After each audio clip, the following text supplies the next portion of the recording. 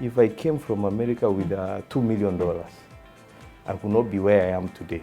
Because of course the brokers and of course, you know, there are two people you can't advise in this world. A man with money and a woman in love.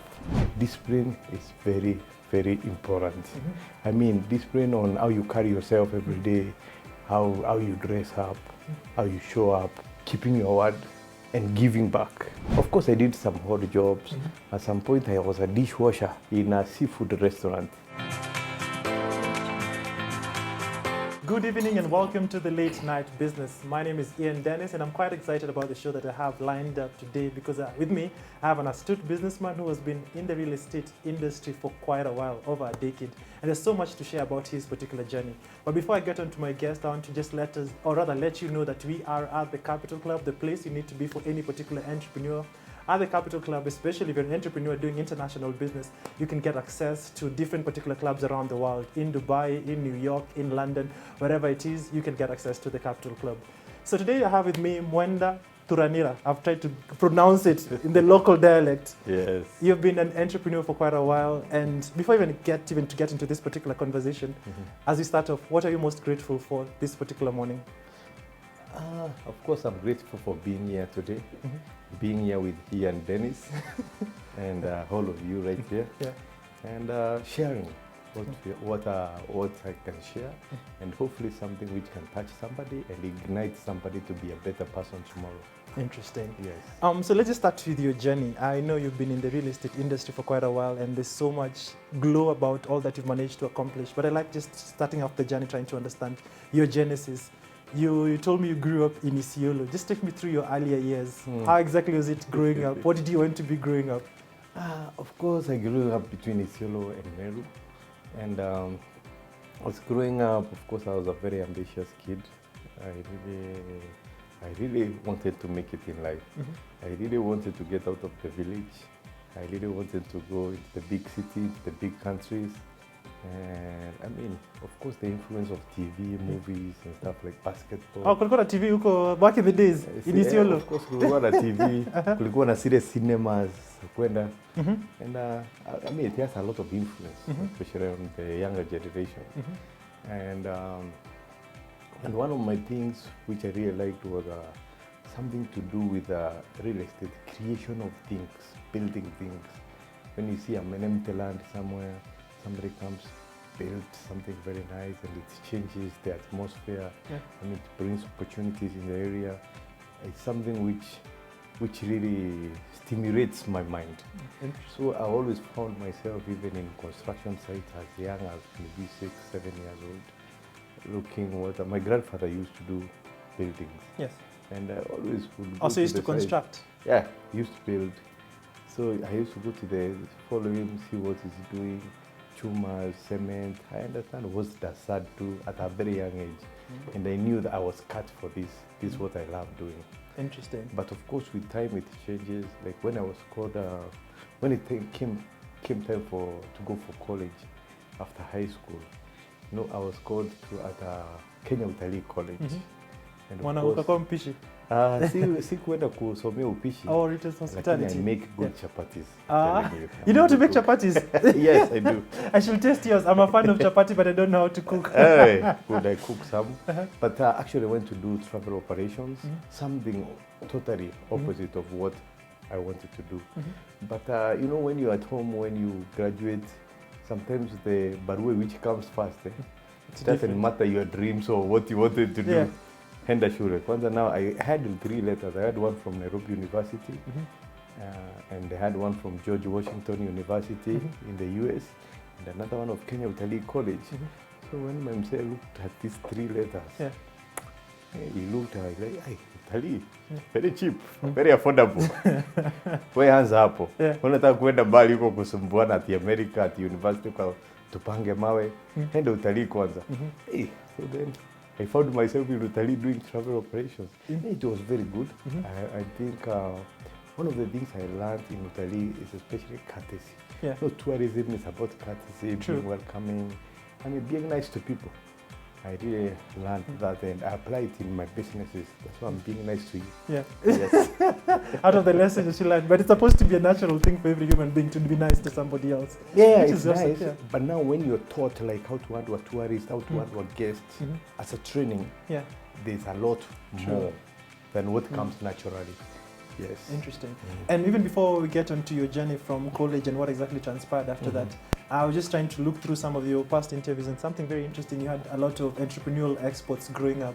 One of the interesting things that I came across is that just as our current president used to also be in the chicken business and eggs at one particular point. Just take me through that. So Okay, now as I told you, I grew between Isiolo and Meru. So when I was in Meru, one of the things I used to like is like rabbit houses. I used to build my own. Then I used to do them really good. Even now my neighbors wanted me to do for them. Yeah. So at some point I started charging my friends to do this, to build for them rabbit houses. So I did that for a while. Of course, I kept some chicken back in the village. And how old were you then? Then I was maybe like 10. Actually, at 14, Yeah. I used to have many chickens.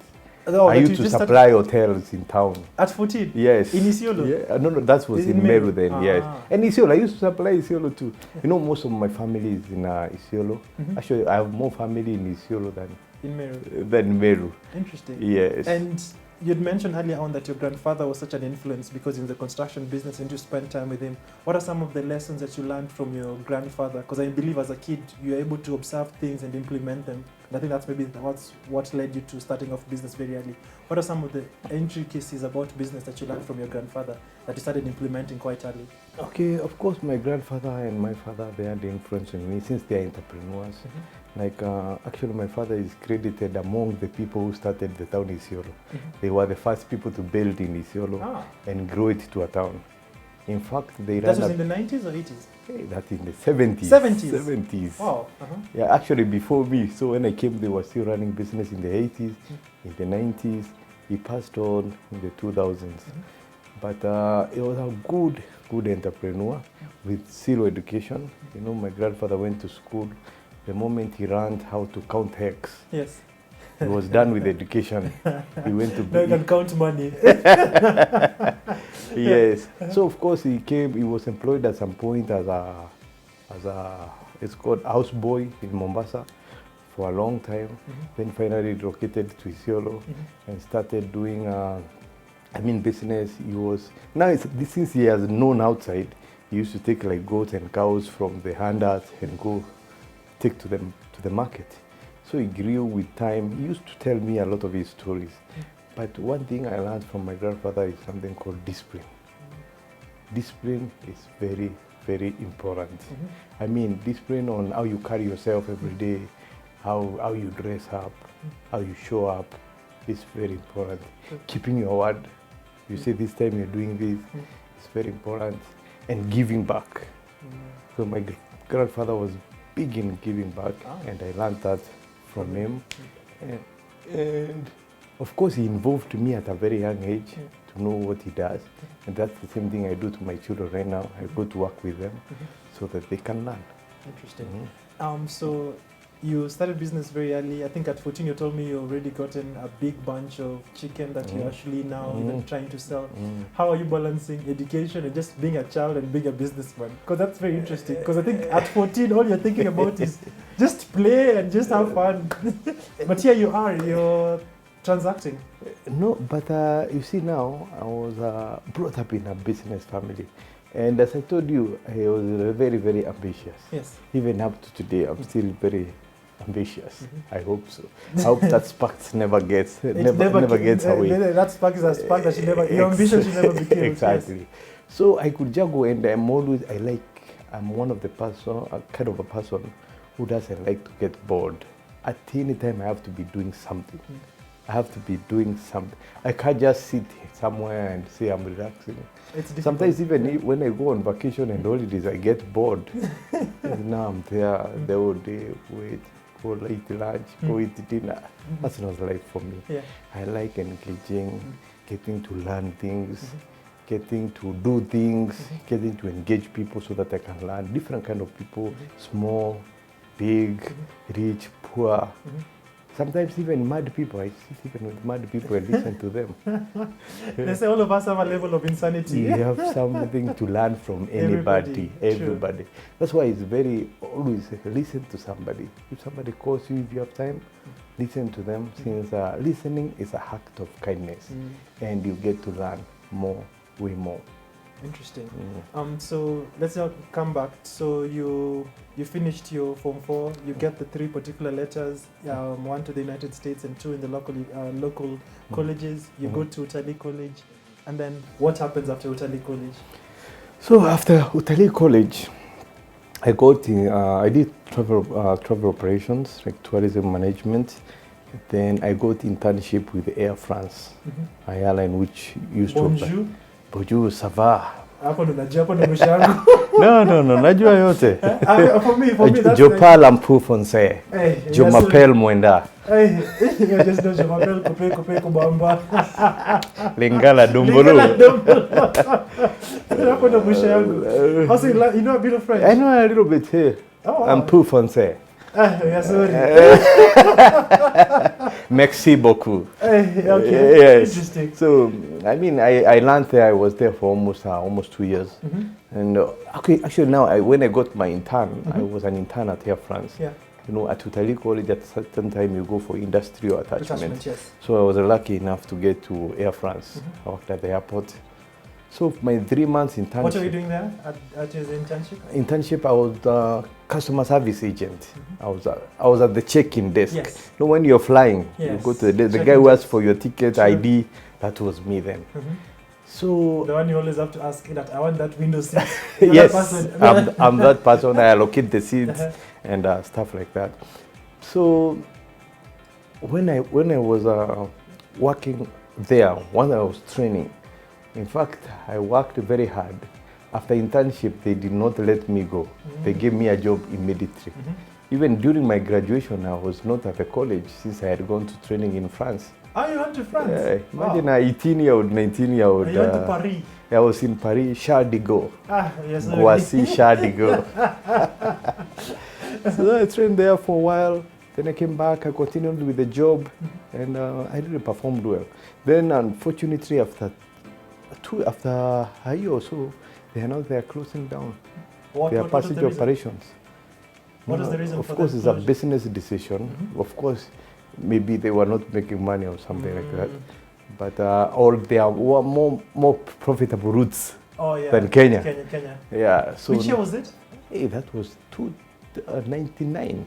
Oh, it was the period. I think the Concorde was also operating. Yes, actually, I operated on the Concorde. You operated on the Concorde? Yes, My goodness. yes. I'm such an aviation fanatic. Yes. So you went in a Concorde? You flew with it? Or No.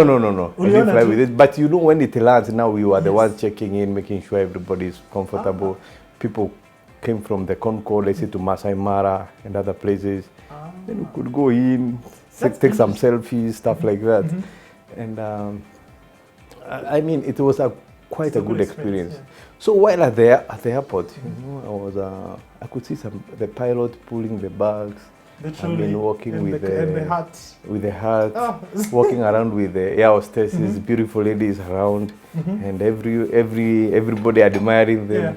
So at some point I thought, oh, this being a pilot is a cool thing. Yes. And I thought about it, and I thought, hey, the airline is closing down, so I'll be jobless. And of course, as a young kid, I wanted to go to America. I had the American dream. So I thought now the best thing for me to do is go to America, do piloting, and become a captain someday.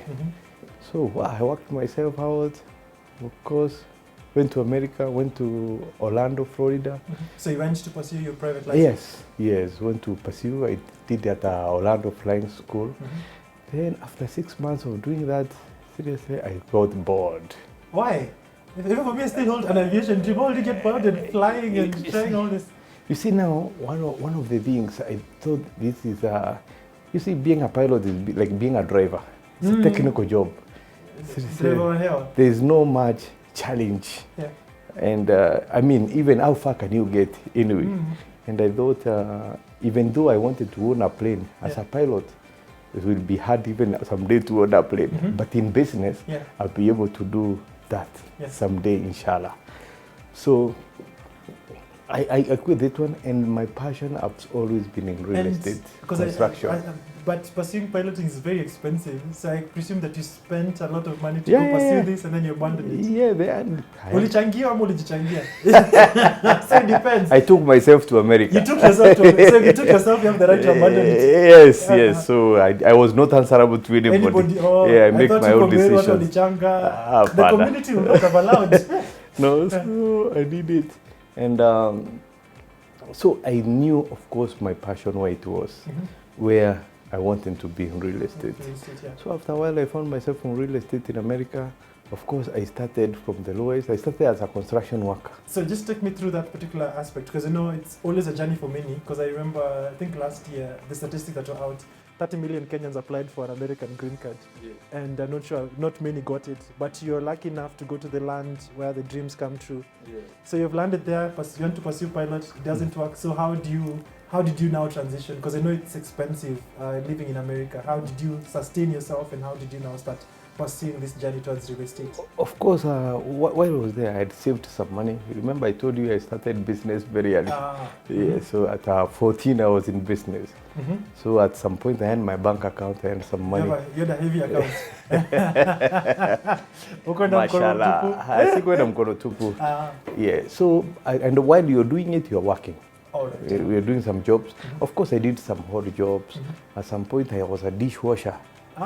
Actually, in one of my first jobs, I was a dishwasher in a seafood restaurant. That's even up to today, I don't like seafood. You know, I washed those dishes with the seafood, with those smell. In fact, I don't like it. And it reminds me of the bad days, but it's part of life. I was a bellman at some point. What is a bellman? Bellman is at the hotel, the guy who carries the bags for tips. Oh, that's why it's called a bellman. It's called a someone who rings a bell. No. A bellman is like a baggage carrier, basically. There in Florida, they know they are many tourists. So I was working at a hotel called Holiday Inn. So I would carry bag. Then I would talk nicely to the clients so that they tip me. And we had mastered, like, from the door, what you say, where you from, what's your name, blah, blah, blah, up to the room. By the time you get there, you've done your story. You've done your script. For your tip. Exactly. So now they tip you, you go. When they are leaving, they call you. Once they need, by the way, when you create a good rapport, when they need anything, they call you. They want to go to a restaurant, to a club, they'll come to you. They want this and that. Your recommendations means everything. Basically, you have to make their holiday a memorable one. So I used to do that for a while. Then at some point, I worked even at a petrol station attendant. I worked in these mini malls. So you did everything? I did everything. Interesting. And so that was after your transition as a pilot? Yes. So you did all the odd jobs? Yes. And then how now did you immerse yourself into real estate? Okay, now it comes to real estate. Of course, at first, as I told you, I started at the lowest point. I told myself, this is the business I want to do. This is what I want to do for life. So I started after construction worker. Then at the site, of course, I would see some guys driving in with nice cars, nice suits. Then, of course, as an ambitious person, I would go ask them, what do you do? How do you do? How can I do what you're doing? The good thing was, the Americans, when they know you want to learn, when you're open to learning, they really open up. They don't keep secrets. They tell you, do A, B, C, D, this will work, this will not work. So with time, of course, by the time I was working there, I knew the guys, most of the guys with the nice car, they are the guys in real estate, guys in the mortgage industry, the bank guys, they're the ones who are coming to do, let's say, evaluation, to check out the property, or to show clients the same property we were building. So with time now, I have understood, so they told me what courses to do. So after a while, I went to do a course in real estate. So you did it in the United States? So I'm a certified realtor in the state of Texas. Because in the United States, realtors and people, they're actually certified. Actually, you have to be trained. Even in Kenya, that's why we're really playing, and we are working very hard to make sure we structure the real estate market. Since Kenya is not structured, anybody can wake up today and do real estate. In fact, the ones who are licensed, they're mostly valuers. And how many valuers do we have in Kenya? Like 20, less than 10,000. Yeah. But how many real estate Many. guys? Yeah. More than in the millions, right? Mm. So we need to get the way to structure it, and the only way we can do it is having training. Since you can't have professionals who are not trained, so people have to be trained, then become professionals and get licensed. Then you can practice. Then we can have a body like ISK, for the lawyers, LSK. I mean, all these big professionals, they have bodies. But the real estate people who push the economy, people who push the big numbers, people who push the taxes. I mean, till a sale happens, nothing else. Interesting. Nothing else happens. No money which comes to the government or to anybody. Somebody has to make a sale. And who makes that sale? The real estate agents. So this field, it needs professionals in a big way. Sure. Yeah. Before we go on a break, because I think this part of the show, we have gone through your journey from Isiolo all the way to the land of milk and honey, quote unquote. Yes. What is the one thing that you learned from the United States? What's the one thing that you can say your journey in the United States taught you? Exposure. Exposure, wow, and possibilities. Interesting. You know, like right now when I talk to professionals in real estate, like architects, engineers, in most cases, Florida. Yeah. No, I live in Florida, then I moved to Dallas. Then when you tell them this is possible, because in my head I've seen it somewhere, but then they're telling you, hey, this cannot work. Me, I have it in my hand already. So, I mean, exposure really helped me, and I think it was a good part. I thank God for America. I thank God I went there. I learned a lot. I made a lot of connections and contacts, and it's good. Interesting. So on that particular note, you're going to take a short commercial break.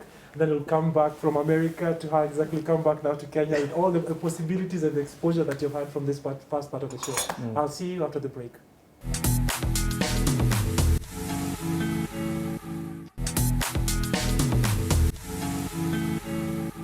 So welcome back to the show. Before we went on a break, we were having a conversation with Mwenda, Thuranira. Your accent imeipata vizuri sana. So you're just talking about his journey from how exactly he came from Isiolo, built himself up, went to the United States, learned about real estate, and now you're back here in Kenya. So one of the things that's just doing my research on you is that in 2008, there was the recession that was happening in the United States. And I think, first of all, just take me through, at that particular point in time, were you in the United States or have you come back to Kenya? Actually, I was in real estate from around 2004. That's when I was seriously into business now. Then 2005, 2006. Then 2007 is when, actually 2006 is when there was a mortgage crunch. Yes. Of course, the guys of Wall Street, the guys in New York got so creative in packaging these loans, selling them out there. And they were called ninja loans. No assets, no income, no job, and no assets is the last one, ninja. No job, no income, no job, no assets. So I mean, you're given loan with nothing. You just walk in and apply. How you'll pay doesn't matter. And you don't have a house to it. No. They give you a house, you buy a house. No, now we were developers. Yes. For us, it was very good. Since we were developing, we have buyers ready. Yeah. Of course, they were not very careful on how is the lending. Like, for example, they used to tell you, get this house. For 2 years, we'll give you, you'll pay interest only. Then after, let's say you pay $2,000 per month. Then they tell you after 2 years, we will refinance so that you can continue paying $2,000. So what happened?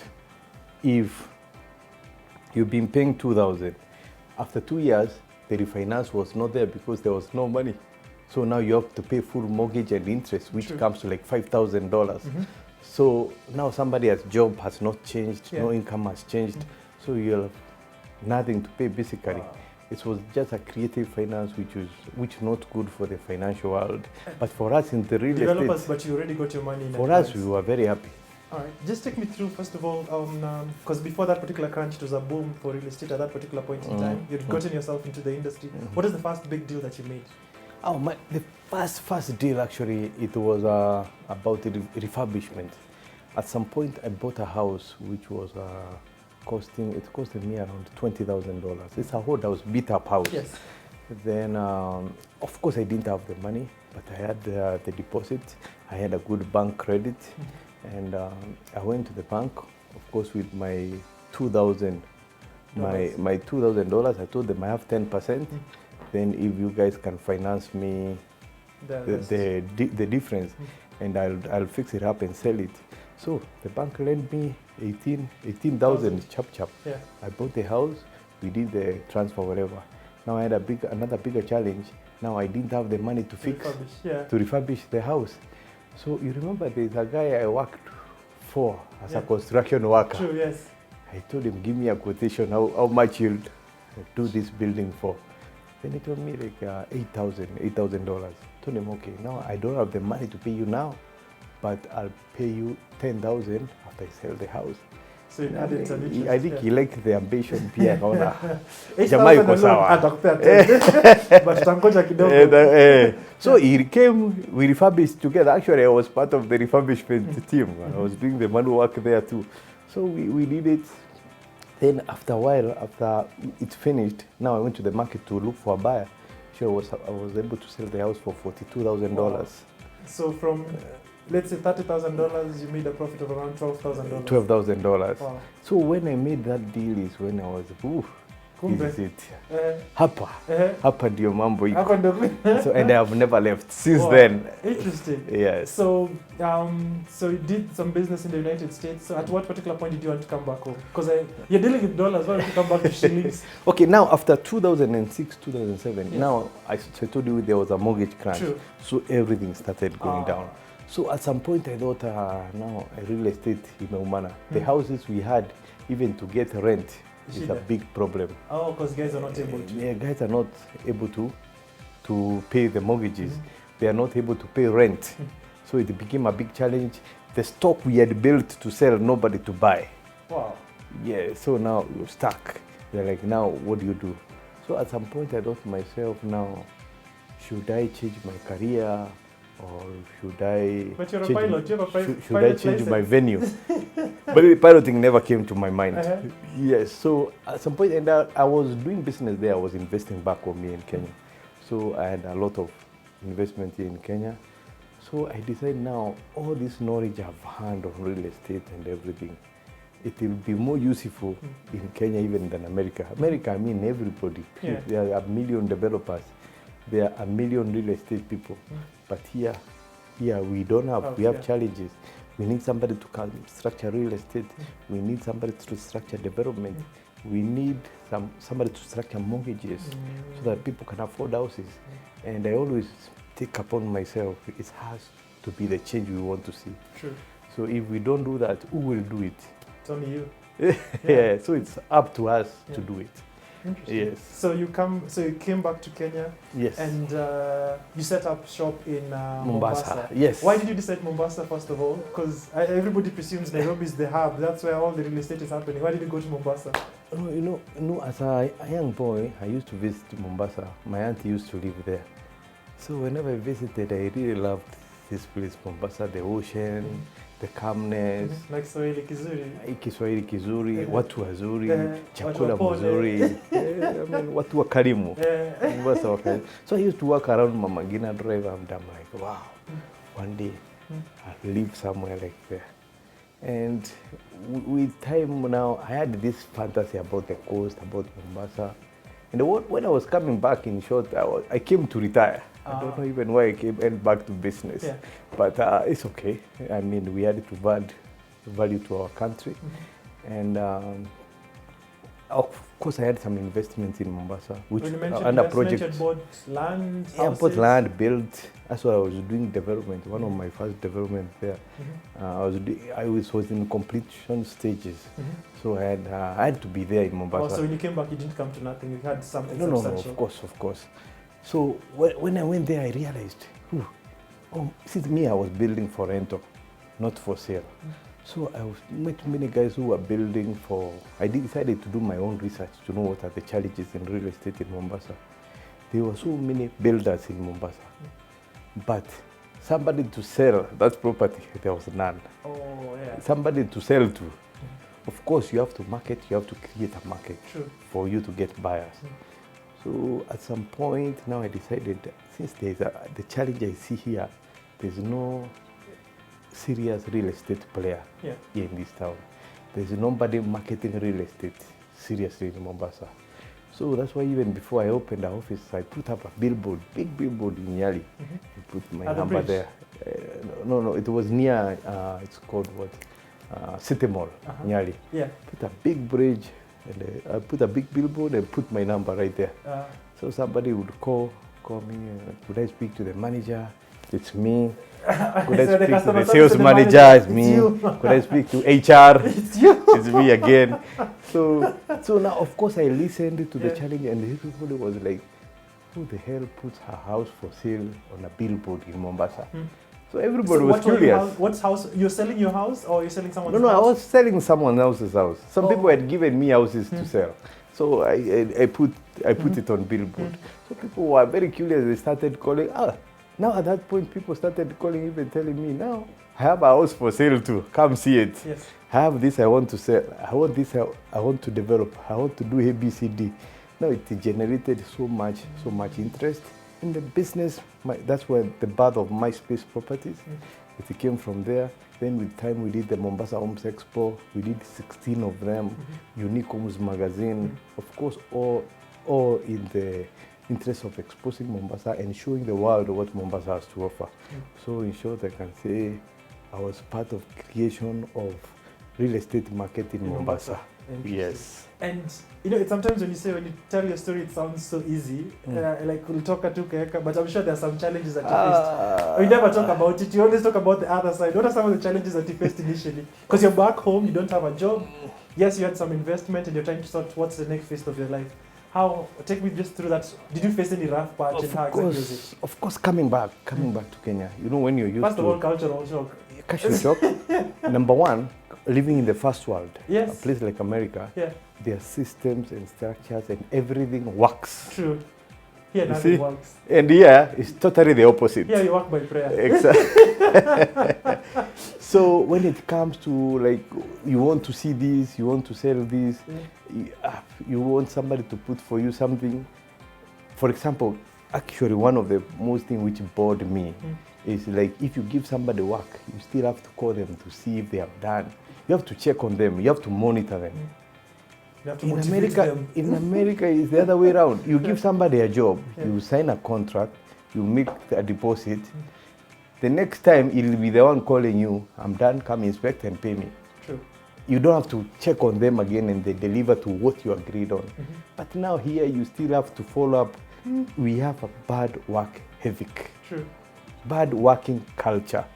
If I give you a job, why should I supervise you? So I pay you, then I supervise you. I might as well do the job myself. Seriously.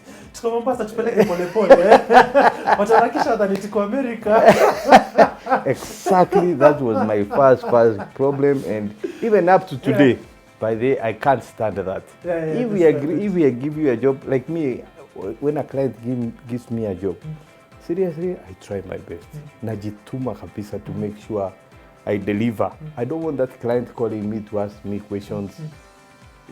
Have you delivered? Seriously, I like that. And even as now, I try to take as much, many jobs, small jobs, but I do them perfect, to the perfection and deliver so that my clients can be happy. And if the client is happy, he'll come back and he'll bring others. True. So the business will grow. And I know in every particular business there's always that earlier point where it's a struggle trying to put things together. But take me through, what's the first big deal that you made that you're like, oh, I'm just now on the right path? Wait, in America or in Kenya? Yeah, in Kenya. Oh, in Kenya. Ooh, Kenya, I've done many of them. Take me through the first one. I know no one ever gets the first big deal. In Kenya, of course, there's one time, actually one of my first deals in Mombasa, actually it came from the billboard I told you I put. Yes. So we put an advert on the paper. Yes. The first ever advert. Yeah. So now from the billboard, of course, it attracted. So there's an agent who came. Remember, it's a called Gishara. Yes. The agent in Mombasa. I have those old time agents. So he brings for me a beach property. It's in Shanzu, Mombasa. So at some point we put, now the following day we put it in the newspaper. Yeah.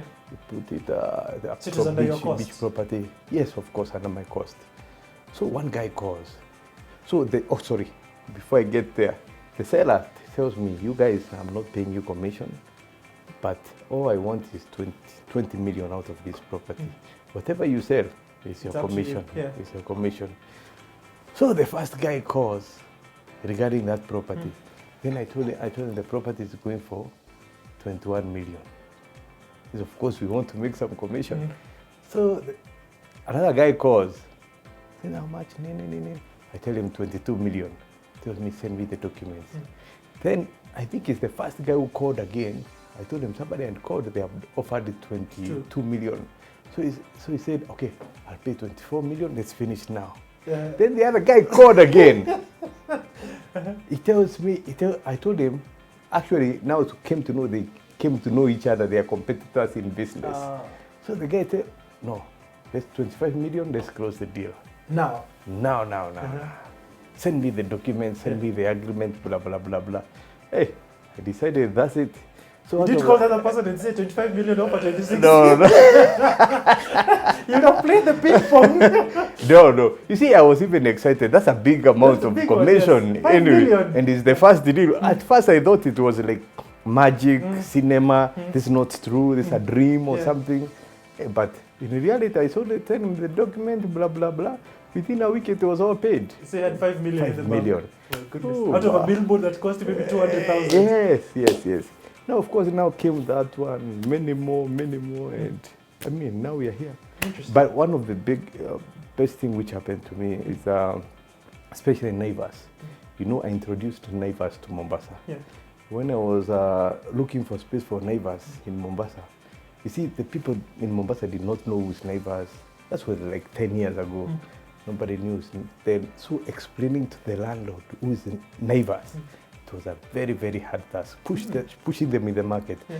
At some point, I had to bring some landlord even to Nairobi to go to Naivas store and see the stores. They didn't know it? They didn't know Naivasha ni Wakikuyu gani wa Naivasha. So they didn't understand who's that. Yeah. So when we made the first deal in Mombasa, of course, Nyali Center, it was the first deal for Naivas. And the first store, and actually one of their biggest store. So I was very happy that happened. So I got some other spaces. So now in Coast Province, they have more than 10 stores. And we have like 5 more coming. Wow. So, I mean, that's one of the biggest achievements. And now I'm also serving Naivas in Nairobi, Kisii, Meru, all over. Oh, interesting. So now Naivas has grown. Yeah. I've grown with Naivas. I've provided actually almost half of the Naivas species. That's my job. Wow. And they have grown, and I like that they're still growing, and we are growing together. Interesting. Yes. And one of the biggest things, because I know it seems like, sometimes when you go through this journey, it seems like everything just happened very fast. But maybe you can share with us a lesson, starting a company from ground zero to where exactly it is, whereby it's valued over $1 million. What exactly have you learned through this phase? Of course, one thing, patience is very important. And being able, of course, to focus, being able to deliver on your promises as much as possible. But of course, it starts with one transaction. Like I told you, that particular billboard, it opened Mombasa for me. Of course, you have to set yourself where opportunities can see you, not just where yourself can see the opportunities. True. The opportunities should be able to see you too. So when you position yourself right, especially that's why I like the media. Media is a good place to do that. And if you're sure we'll do that. True. We'll bring more goodies. Yeah. And of course, the other people you interview, they'll get more goodies, they'll get noticed, and the opportunity will get to see them. True. Yes. So basically, from the word go, you don't have to start at like when I had a billboard, I didn't have an office. Ilikuwa billboard kubwa lakini kubwa hii ya magnet kubwa 12 by 10. So that's the way I set up. And I believe even if you want to set up a business today, just you don't need like for example, I always tell myself, if I came from America with $2 million, I would not be where I am today. Because of course the brokers, the conmen of this one, the people, the fraudsters, they will have gone with that money. I'm fresh in this market, I don't know anything. And of course, you know, there are two people you can't advise in this world. A man with money and a woman in love. And also a person who follows Pastor Wood. Pastor Wood or somebody who is going to Saudi Arabia. Oh yes, never. So a man with money, if I came with money, I would not listen to any advice. But now since I had to to hustle from scratch, ground up, I have to listen, I have to be very careful, I have to learn very fast and be ahead of the game. By the, like in my office, by the moment, let's say a person walks with the document, I see an agent or some guy working with a document. I know, of course, there are copies of the title deed. The moment I see him at my office at the door, I can already tell you that guy is fake. You already seen the I already seen. So I tell him, niko na upload wewe sema mambo ingine bwana. Tusiende hata huko. Have you seen those memes online when someone dresses in a particular way, those checkered shirts that conmen on Nairobi? Yes. That's what I'm able to tell from far. That's why in my space we have not done a bad deal, I thank God. We have, for all those years, touch wood. We have done many transactions. None has gone bust, and I hope none will ever go bust. Yes. Maybe just the last question, and maybe you can just, because time literally flies, and it's almost an hour. You also tried your hand in politics, and you're not successful at it. But maybe what's that one lesson you learned through that particular journey? From politics is getting to know people. Of course, from the top you get to know who your friends are. You get to know who our real friends are. You know, when you want to know who is your real friend for politics. Interesting. The people who you think they are your supporters, your friends, your family. Maybe you might not even see them anywhere. Watapiga kura. At the support. You've heard that story of the MCA who's whereby in this particular one, even the family did not vote for him. Yes. That happens. That happens, but very interestingly, you get to know about people. In fact, you get to know about problems people are facing. And at some point, it's like on a self-development journey, like me, I've listened to too many problems. Right now, I don't think I have a problem. Seriously, I've listened to many people, and it's people are going through problems in this. And even leaders, whatever they listen to, if they can tell you, you'll be shocked what they get told every day. The problems, some problems even which you can't solve, like couples problem. Like now, I'm seated here in Nairobi, mama anapika kutoka huko Isiolo, nyanya yangu amekanyangwa na ngamia. You see, there are so many. Now you are here, you can't help. They are way in the interiors. So before we get to wind up the show, I have around 10 questions, and I just want you to answer with just one or two words in the quickest way you can actually do it. You're going to do a quick fire. So I have 10 questions, and as we wind up the show, so we can start. So the first thing that comes to your mind, very fast. I'll be going very fast. So the first question: what's the capital city of New York? New York is a capital city itself. No, it's not a capital city. But capital city of New York State. No, capital city of New York. Hey. Capital city of Albany. Albany, New York. That's just a trick question. What's something you could eat for a week straight? I would eat ugali and samaki. Si chapati unapika? Who inspires you? I like Obama. Not Donald. I read somewhere you loved Donald Trump. Or maybe because his challenge is being Trump right now. But anyway. Of course, even Trump is a good one. He's come from far. He's gone through many challenges. And he's a fighter. And that's my kind of a guy. In fact, I support Trump. Trump is my guy. Yes. Asifungwe. Asifungwe. Utafungaje American president. If you could learn any language in a week, which one would it be?